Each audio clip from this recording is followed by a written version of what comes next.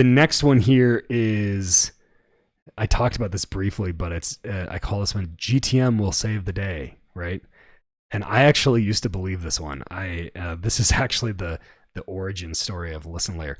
We had this like client we took on that was really big, and we had like 3 months to prove the results. So we were like, we had some time, and we were working on stuff. But going into it, like I knew it was messy, right? They had a bunch of different websites.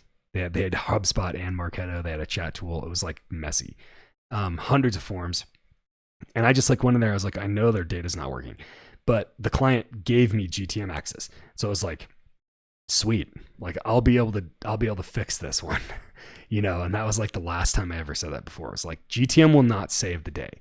Okay. If anything, GTM scares me because when given to the wrong people or put in the wrong hands, you literally just create a gigantic mess. And then we get these people that are like, these other agencies that we work with that are like, oh, you have GTM access. Can you put this script on the form button? And I'm like, huh? On the form button? Yeah, sure. We'll put the script on the form button.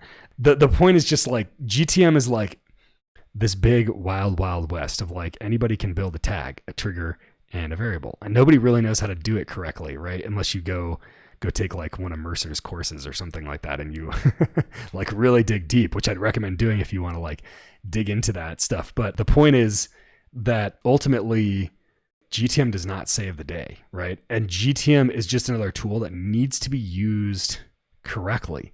And if we as measurement professionals start to let GTM go the direction of Google Analytics, where it's just like, oh, it's free, like just put it on the site, it'll just solve the problems, set it and forget it, like give it to Joe, he'll put some custom scripts in there. That's not going to end well. And I see it every day. We take on clients and like job number one is, well, we got to blow your GTM up and start over because it's just a nightmare and no one knows what's going on.